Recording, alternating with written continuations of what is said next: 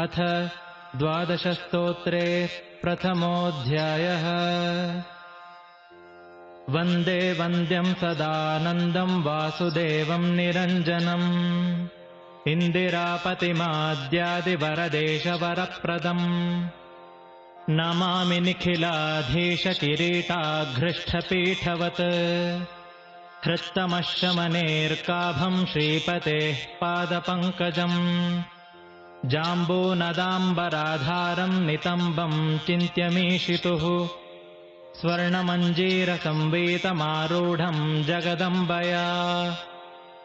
उदरं चिन्त्यमीशस्य तनुत्वेऽप्यखिलं भरम् वलित्रयाङ्कितं नित्यमुपगूढं श्रियैकया स्मरणीयमुरो विष्णोरिन्दिरावासमीशितुः अनन्तमन्तवदिव भुजयोरन्तरङ्गतम् शङ्खचक्रगदा पद्मधराश्चिन्त्या हरेर्भुजाः पीनवृत्ता जगद्रक्षा केवलोद्योगिनो निशम् सन्ततं चिन्तयेत्कण्ठं भास्वत्कौस्तुभभासकम् वैकुण्ठस्याखिला वेदा उद्गीर्यन्ते निशम्यतः स्मरेतयामिनीनाथ सहस्रामितकान्तिमत् भवतापापनोदीड्यं श्रीपतेर्मुखपङ्कजम् पूर्णानन्यसुखोद्भासि मन्दस्मितमधीशितुः गोविन्दस्य सदा चिन्त्यं नित्यानन्दपदप्रदम् स्मरामि भवसन्तापहानिदामृतसागरम् पूर्णानन्दस्य रामस्य सानुरागावलोकनम् ध्यायेदजस्रमीशस्य पद्मजादिप्रतीक्षितम् भ्रूभङ्गम् पारमेष्ठ्यादिपददायि विमुक्तिदम् सन्ततम् चिन्तयेनन्तमन्तकाले विशेषतः नैवोदापुर्गृणन्तोऽन्तम् यद्गुणानामजादयः इति द्वादशस्तोत्रे प्रथमोऽध्यायः। अथ द्वादशस्तोत्रे द्वितीयोऽध्यायः। सुजनोदधि संवृद्धि पूर्णचन्द्रो गुणार्णवः अमन्दानन्दसान्द्रो नः प्रीयतामिन्दिरापतिः रमाचकोरी विधवे दुष्टदर्पोदवह्नये सत्पान्थजनगेहाय नमो नारायणाय ते चिदचिद्भेदमखिलं विधायाधाय भुञ्जते अव्याकृतगृहस्थाय रमाप्रणयिने नमः अमन्दगुणसारोऽपि मन्दहासेन वीक्षितः नित्यमिन्दिरयानन्दसान्द्रो यो नौमितं हरिम् वशीवशेन कस्यापि योजितो विजिताखिलः सर्वकर्ता न क्रियते तं नमामि रमापतिम् अगुणाय गुणोद्रेकस्वरूपायाधिकारिणे विदारितारिसङ्घाय वासुदेवाय ते नमः आदिदेवाय देवानां पतये सादितारये अनाद्यज्ञानपाराय नमो वरवराय ते अजाय जनयित्रेस्य विजिताखिलदानव अजादिपूज्यपादाय नमस्ते गरुडध्वज इन्दिरामन्दसान्द्राग्र्यकटाक्षप्रेक्षितात्मने अस्मदिष्टैककार्याय पूर्णाय हरये नमः इति द्वादशस्तोत्रे द्वितीयोऽध्यायः। अथ द्वादशस्तोत्रे तृतीयोऽध्यायः। कुरु भुङ्क्ष्व च कर्म निजं नियतम् हरिपादविनम्रधिया सततम् हरिरेव परो हरिरेव गुरुः हरिरेव जगत्पितृमातृगतिः न ततोऽस्य परं जगतीड्यतमम् परमात्परतः पुरुषोत्तमतः तदलं बहुलोकविचिन्तनया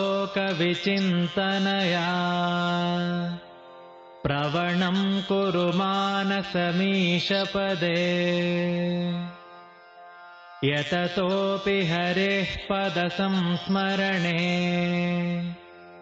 सकलं ह्यघमाशुलयं व्रजति स्मरतस्तु विमुक्तिपदं परमम्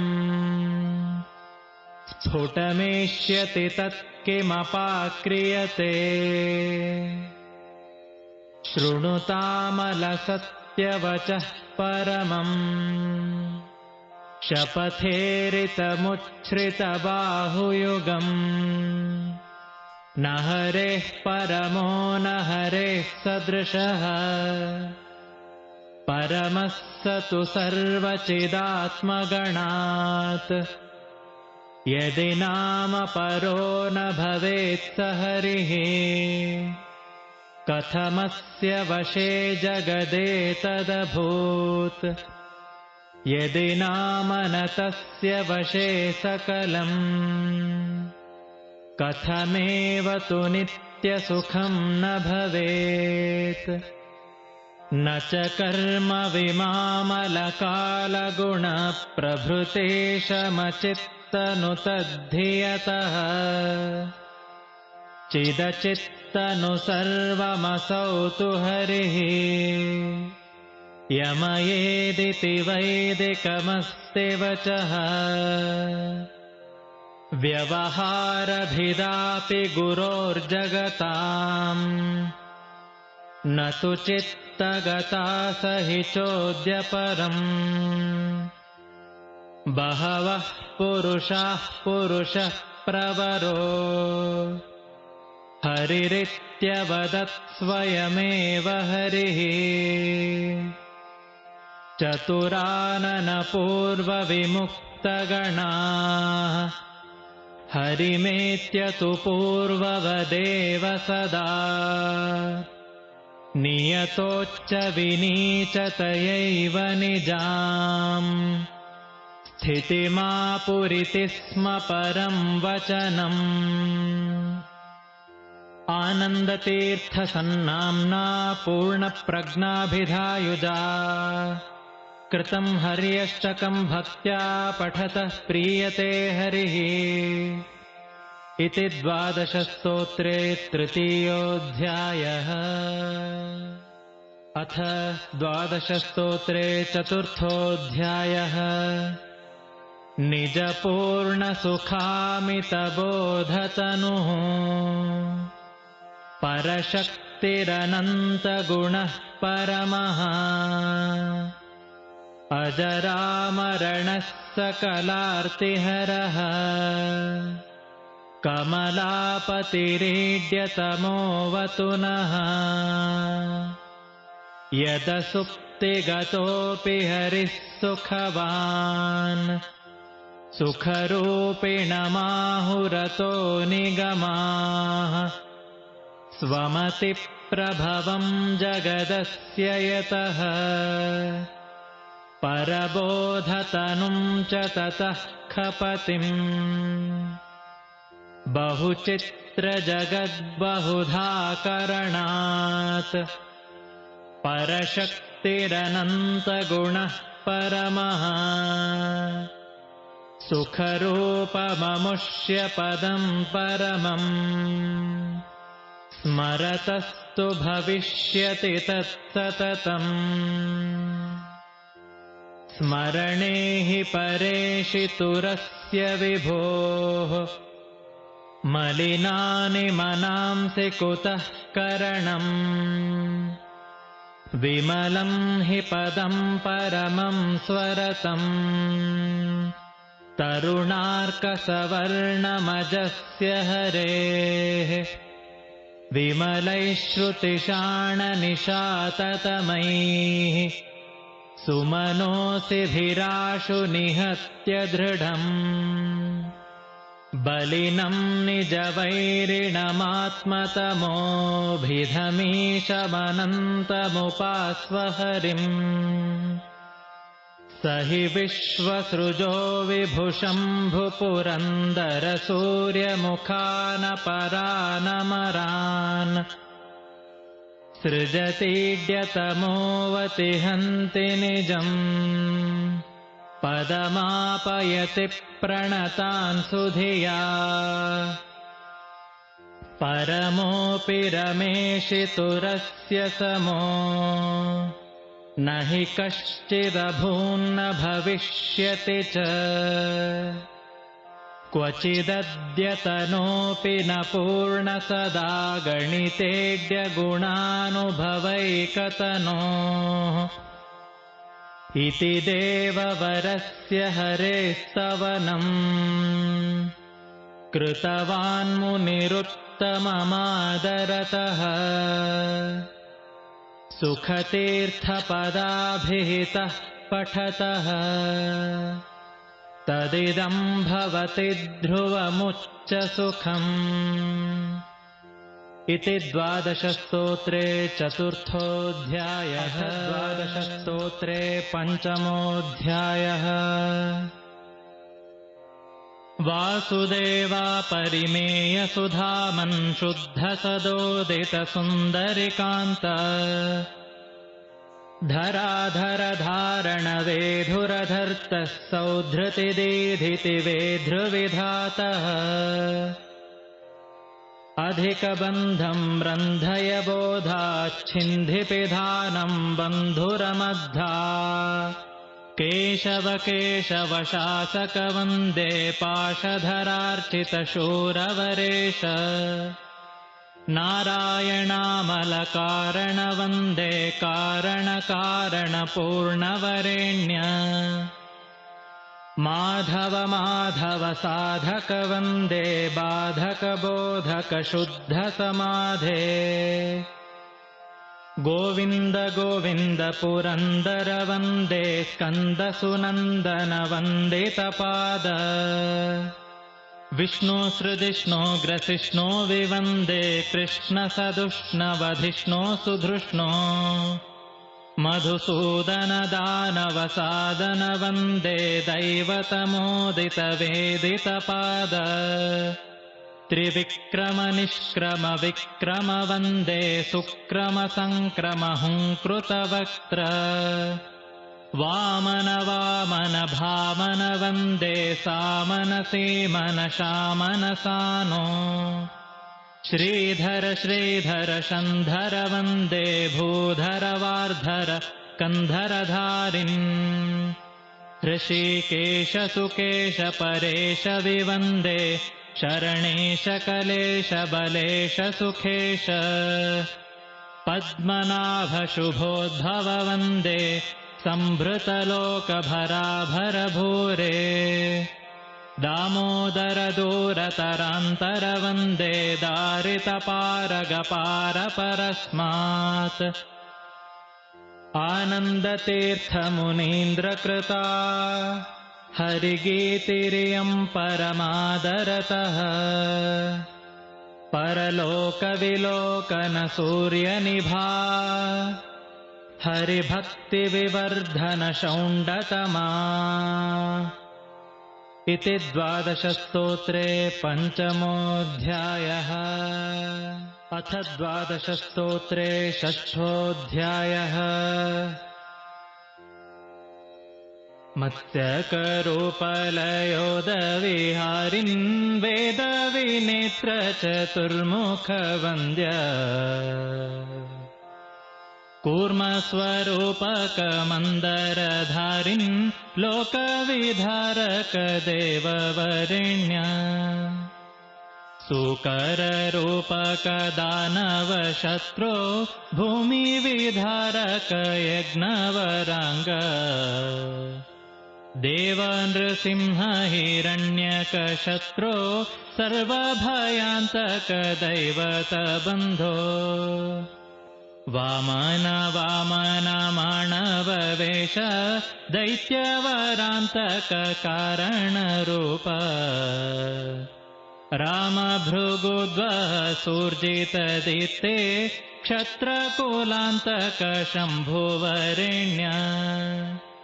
राघव राघव राक्षसशत्रो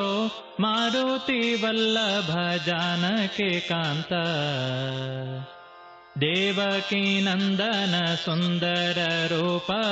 रुक्मिणी वल्लभ पाण्डव बन्धो देवकी नन्दन नन्दकुमार वृन्दावनाञ्चन गोकुलचन्द्र कन्दफलाशन सुन्दर रूप नन्दित गोकुल वन्दित पाद इन्द्रसुतावक नन्दक हस्त चन्दन चर्चित सुन्दरी नाथ इन्दीवरोदर दलनयन मन्दरधारिन् गोविन्द वन्दे चन्द्रशतानन कुन्द सुहास नन्दित दैवतानन्द सुपूर्ण दैत्य विमोहक नित्य सुखादे देव सुबोधक बुद्ध स्वरूप दुष्टकुलान्तक कल्कि स्वरूप धर्म विवर्धन मूलयुगादे नारायणामल कारण मूर्ते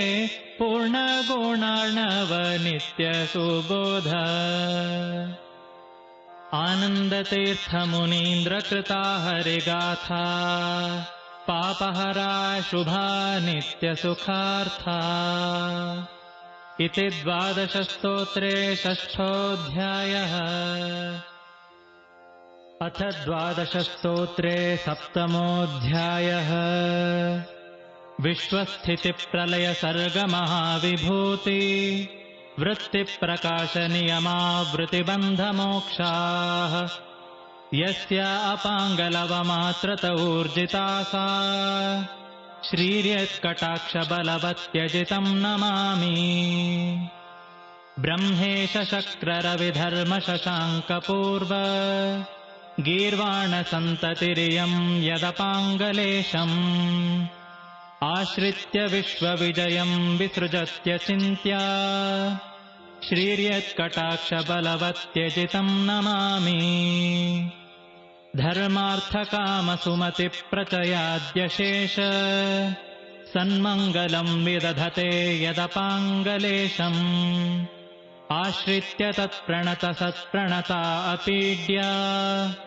श्रीर्यत्कटाक्षबलवत्यजितं नमामि षड्वर्गनिग्रहनिरस्तसमस्तदोषाः ध्यायन्ति विष्णुमृषयो यदपाङ्गलेशम् आश्रित्य यानपि समेत्य न याति दुःखम् श्रीर्यत्कटाक्षबलवत्यजितं नमामि शेषा हि वैरिशिवशक्रमनुप्रधान चित्रोरुकर्मरचनं यदपाङ्गलेशम् आश्रित्य विश्वमखिलं विदधाति धाता श्रीर्यत्कटाक्षबलवत्यजितं नमामि शक्रोग्रदीधितहिमाकरसूर्यसूनु पूर्वं निहत्य निखिलं यदपाङ्गलेशम्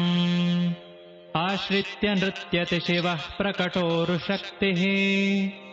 श्रीर्यत्कटाक्षबलवत्यजितं नमामि तत्पादपङ्कजमहासनतामवाप शर्वादिवन्द्यचरणो यदपाङ्गलेशम् आश्रित्य नागपतिरन्यसुरैर्दुरापाम् श्रीर्यत्कटाक्षबलवत्यजितं नमामि नागारिरुग्रबलपौरुष आपविष्णोः वाहत्वमुत्तमजवो यदपाङ्गलेशम् आश्रित्य शक्रमुखदेवगणैरचिन्त्यम् श्रीर्यत्कटाक्षबलवत्यजितं नमामि आनन्दतीर्थमुनिसन्मुखपङ्कजोत्थम् साक्षाद्रमाहरिमनः प्रियमुत्तमार्थम् भक्त्या पठत्यजितमात्मनि सन्निधाय यः स्तोत्रमेतदभियाति तयोरभीष्टम् इति 12 स्तोत्रे 7मोऽध्यायः। अथ 12 स्तोत्रे 8मोऽध्यायः। वन्दिताशेषवन्द्योरुवृन्दारकम् चन्दनाचर्चितोदारपीनांसकम् इन्दिराचञ्चलापाङ्गनीराजितम् मन्दरोद्धारिवृत्तोद्भुजा भोगिनम् प्रीणयामो वासुदेवम् देवतामण्डलाखण्डमण्डनम् अखण्डमण्डनम्। सृष्टिसंहारलीलाविलासाततम् पुष्टषाड्गुण्यसद्विग्रहोल्लासिनम् दुष्टनिःशेषसंहारकर्मोद्यतम् हृष्टपुष्टानुशिष्टप्रजासंश्रयम् प्रीणयामो वासुदेवम् देवतामण्डलाखण्डमण्डनम् अखण्डमण्डनम्। उन्नतप्रार्थिताशेषसंसाधकम् सन्नतालौकिकानन्ददश्रीपदम् भिन्नकर्माशय प्राणिसम्प्रेरकम् तन्न किन्नेति विद्वत्सु मीमांसितम् प्रीणयामो वासुदेवम् देवतामण्डलाखण्डमण्डनम् अखण्डमण्डनम्। विप्रमुख्यैः सदा वेदवादोन्मुखैः सुप्रतापैः क्षितीशेश्वरैश्चार्चितम् अप्रतर्क्योरुसंविद्गुणम् निर्मलम् सप्रकाशाजरानन्दरूपम् परम् प्रीणयामो वासुदेवम् देवतामण्डलाखण्डमण्डनम् अखण्डमण्डनम्। अत्ययो यस्य केनापि न क्वापि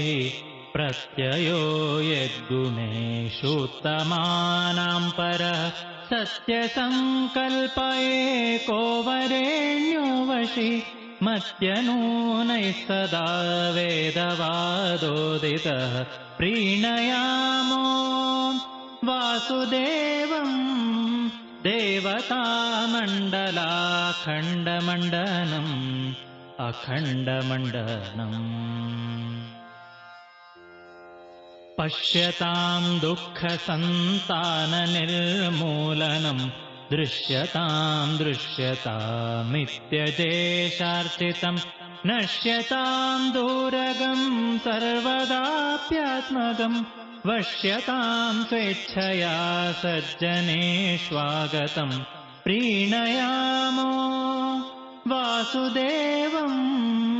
देवतामण्डलाखण्डमण्डनम् अखण्डमण्डनम्।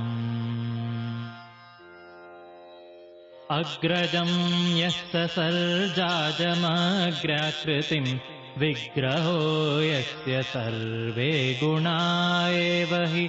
उग्राद्योऽपि यस्यात्मजाग्र्यात्मजः सद्गृहीतः सदा यः परम् दैवतम् प्रीणयामो वासुदेवम् देवतामण्डलाखण्डमण्डनम् अखण्डमण्डनम्। अच्युतो यो गुणैर्नित्यमेवाखिलैः प्रच्युतो शेषदोषैः सदा पूर्तितः उच्यते सर्ववेदोरुवादैरजः सर्चितो ब्रह्मरुद्रेन्द्रपूर्वैः सदा प्रीणयामो वासुदेवम् देवतामण्डलाखण्डमण्डनम् अखण्डमण्डनम्। धार्यते येन विश्वं तदाजादिकं वार्यते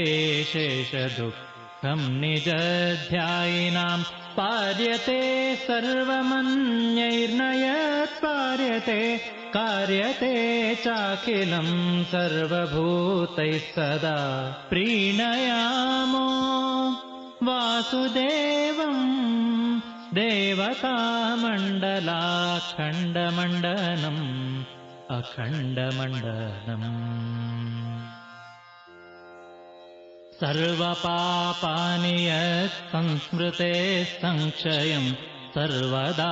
यान्ति भक्त्या विशुद्धात्मनां शर्वगुर्वादिगीर्वाणसंस्थानदः कुर्वते कर्म यत्प्रीतये सज्जनाः प्रीणयामो वासुदेवम् देवतामण्डलाखण्डमण्डनम् अखण्डमण्डनम् अक्षयं कर्म यस्मिन् परे स्वर्पितं प्रक्षयं यान्ति दुःखानि यन्नामतः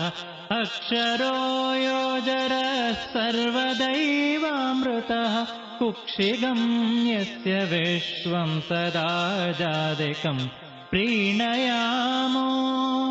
वासुदेवं देवतामण्डलाखण्डमण्डनम् अखण्डमण्डनम्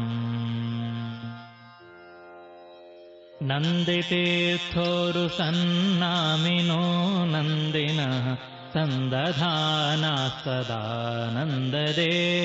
मतिं मन्दहासारुणापाङ्गदत्तोन्नतिं नन्दिताशेषदेवादिवृन्दं सदा प्रीणयामो वासुदेवं देवतामण्डलाखण्डमण्डनम् अखण्डमण्डनम् इति 12 स्तोत्रे 8मोऽध्यायः।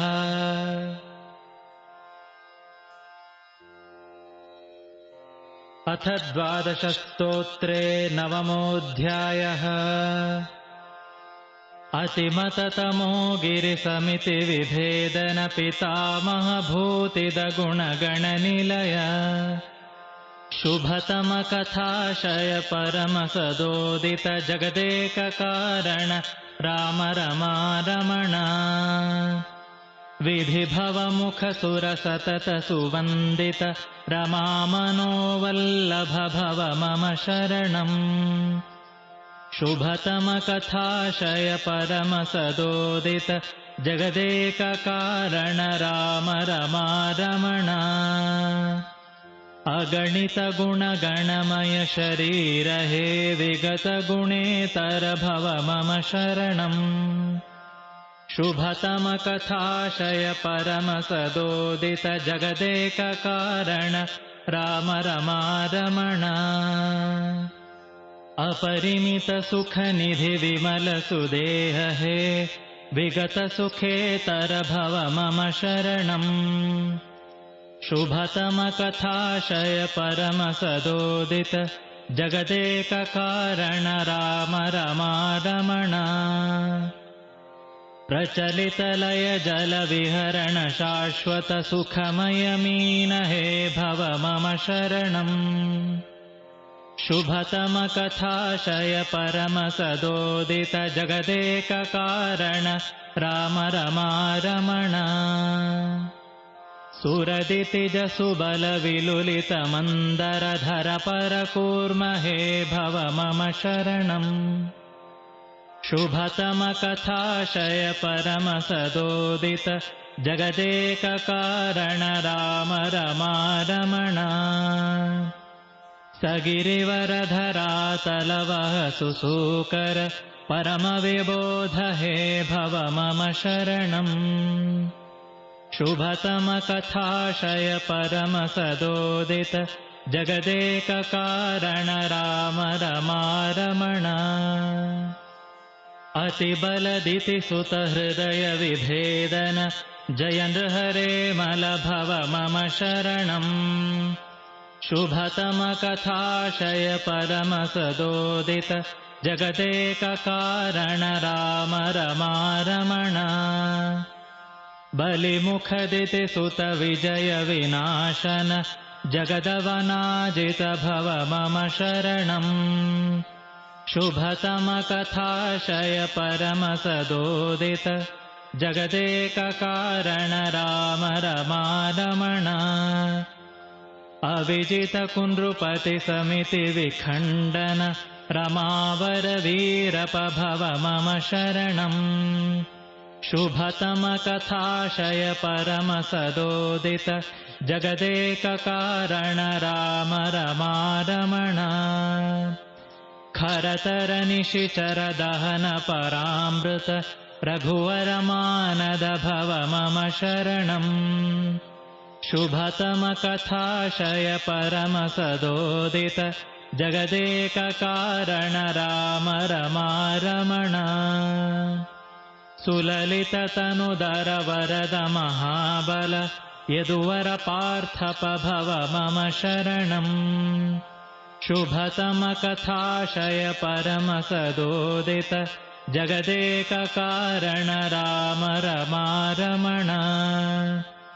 दितिसुत मोहन विमल विबोधन परगुण बुद्ध हे भव मम शरणम्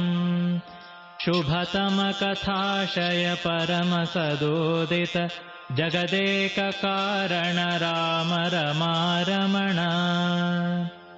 कलिमलहुतवः सुभग महोत्सव शरणद कल्कीश हे भव मम शरणम् शुभतमकथाशय परमसदोदित जगदेककारण राम रमारमण अखिल जनि विलय परसुख कारण परपुरुषोत्तम भव मम शरणम् शुभतमकथाशय परमसदोदित जगदेककारण राम रमारमण इति तव नुते वरसततरतेर्भव सुशरणमुरुसुखतीर्थमुनिर्भगवन् शुभतमकथाशय परमसदोदित जगदेककारण राम रमारमण इति 12 स्तोत्रे 9मोऽध्यायः अथ 12 स्तोत्रे 10मोऽध्यायः अवन श्रीपतिरप्रतिरधिकेशादिभवादे करुणापूर्णवर प्रदचरितम् ज्ञापय मे ते सुरवन्द्याधिपसद्वरभरिताशेषगुणालम् करुणापूर्णवर प्रदचरितम् ज्ञापय मे ते सकलध्वान्तविनाशक परमानन्दसुधाहो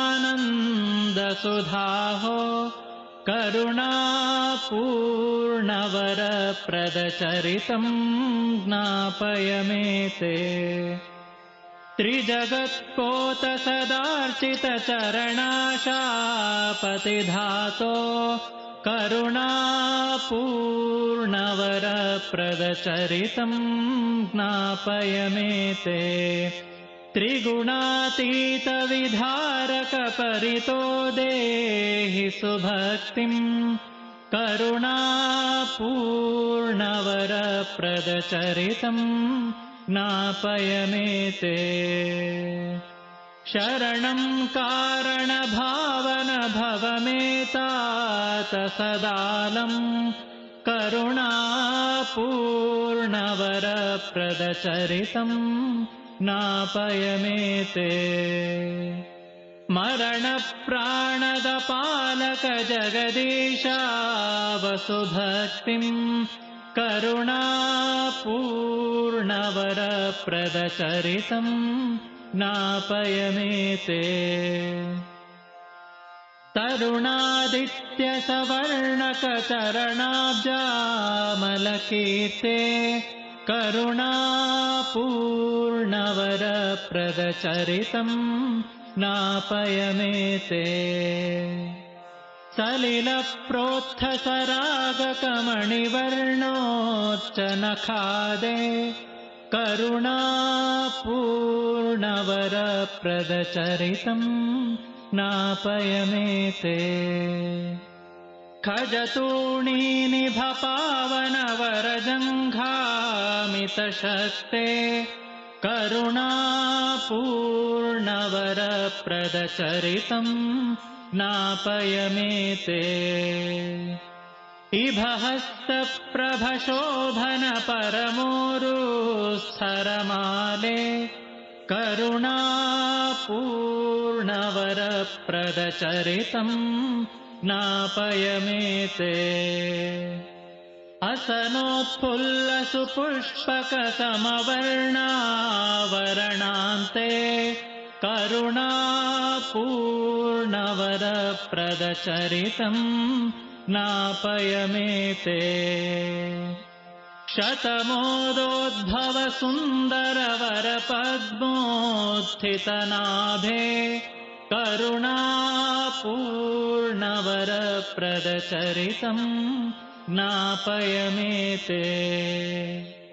जगदागूहकपल्लवसमकुक्षे शरणादे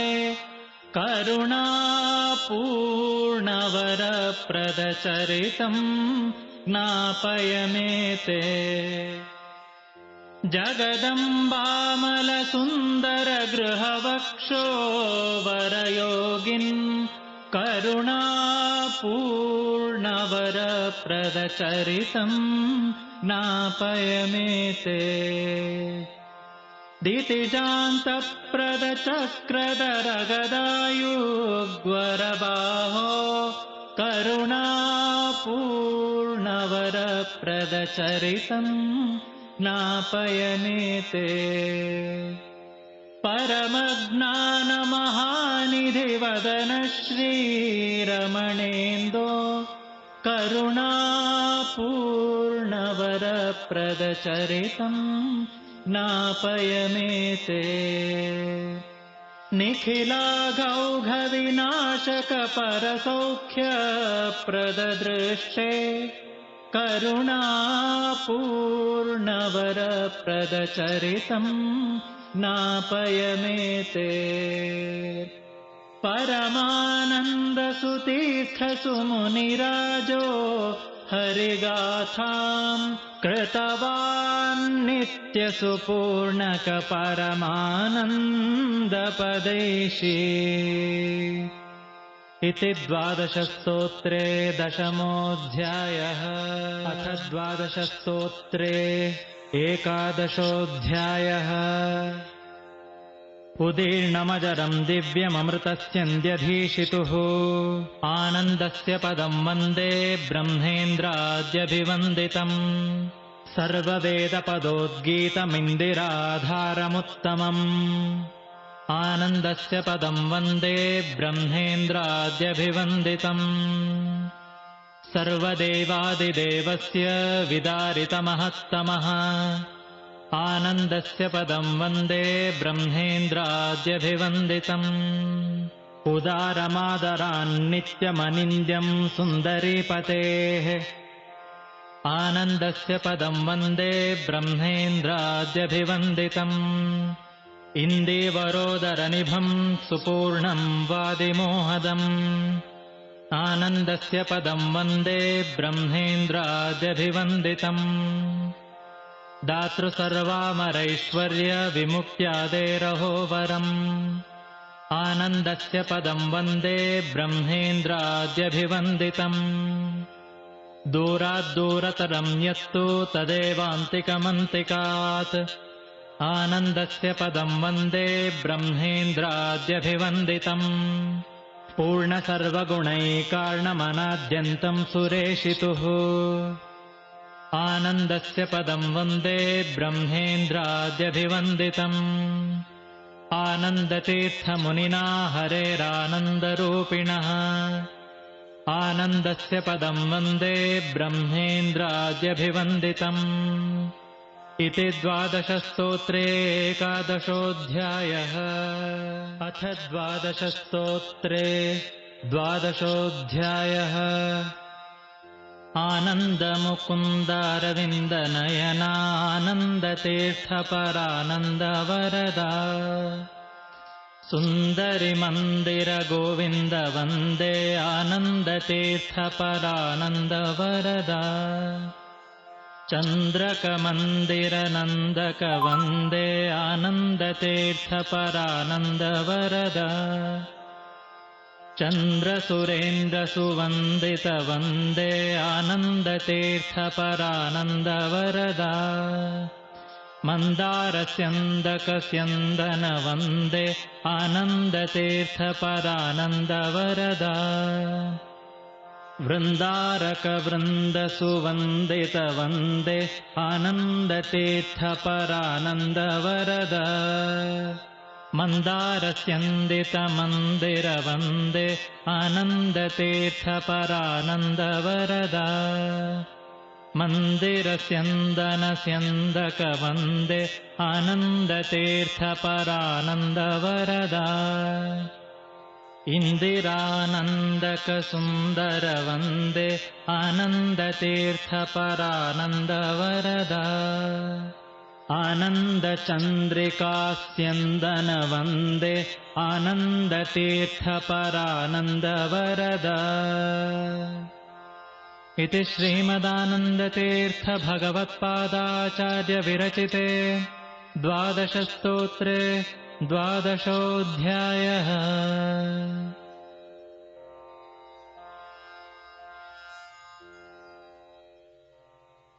जय श्रीनिवास जय वेङ्कटेश श्रीशैलनाथ श्रीपद्मनाभ वैकुण्ठनाथ जय विष्णुपेश राजाधिराज तव जय जय जय देवादिदेव जय वासुदेव श्रीरामचन्द्र जय कल्पिरूप जयनाथ जय जय जय जय जय जय श्रीनिवास जय वेङ्कटेश श्रीशैलनाथ श्रीपद्मनाभ वैकुण्ठनाथ जय विष्णुपेश राजाधिराज तव जय जय जय देवादिदेव